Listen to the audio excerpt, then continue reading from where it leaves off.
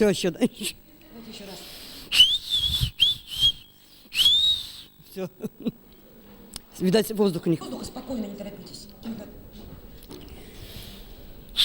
Тихо.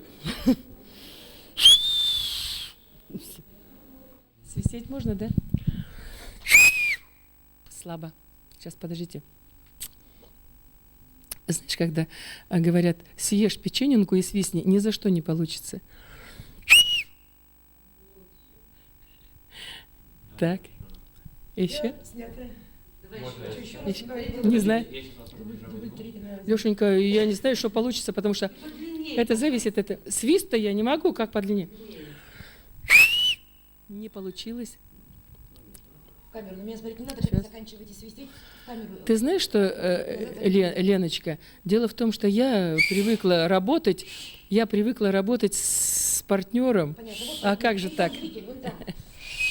Зритель вон там. Все, уже ничего не получается. Уже ничего не получается. Иди сюда, так у нее 4 пальца. Лена, иди сюда. Звезда.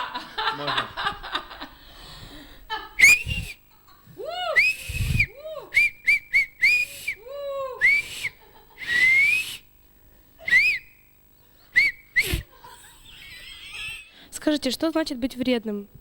Вредным быть – это значит не слушаться, наперекор судьбе все делать, вредничать. Вот это и есть вредность, наверное. Я так понимаю. А скажите, а кто вреднее, взрослые или дети? Ну, вы знаете, всяк бывает. Но в основном дети, баловники, они вредничают иногда, не слушаются. А что, взрослые не бывают вредными? Бывают. И взрослые бывают вредными. Да еще как. А как? Ну как, вот говоришь, например, не пей, а дядя или папа возьмет и напьется, вредно.